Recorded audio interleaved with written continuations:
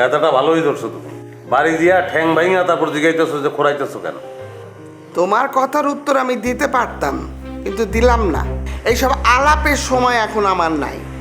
আমার টাকা লাগবে, 1-2 ঘন্টার মধ্যে 2 লাখ টাকা আমার হাতে চাই। তুমি ব্যাংকে যাও, টাকা উঠাও। 2 লাখ টাকা দিয়ে তুমি কি করবো আমার?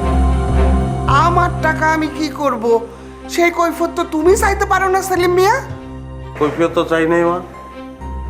তুমি কোনো সময় এক লগে এতগুলো টাকা চাও নাই, তাই জিজ্ঞাসা করলাম। হাত খরচের জন্য লাগবে। হাত খরচের জন্য 2 লাখ টাকা? আশ্চর্য। কেন আশ্চর্য কেন? আমার এত টাকা পয়সা, বিষয় সম্পত্তি, ব্যবসা বাণিজ্য, আর আমি হাত খরচের জন্য 2 লাখ টাকা উড়াইতে পারি না? একই বাড়িতে তোমার সন্তানরা কিভাবে সংসার চালাইবো সেই চিন্তা অস্থির, আর সেইখানে তুমি 2 লাখ টাকা উড়াইবা? কেমন মা তুমি?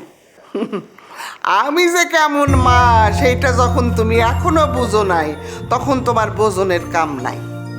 আর ছেলেমেয়েরা সংসারের চিন্তায় অস্থির, সেই জন্য তো আমি দায়ী না। তোমার বাপ তার আকাম্মা ছেলে মেয়ের জন্য কিছু রাইখা যায় নাই কেন, সেটা তারে গিয়ে জিগাও। সামান্য ঠেলা আলার পোলা মাইয়া তাগো ফুটানি দেখলে পিত্তি চইলা যায়।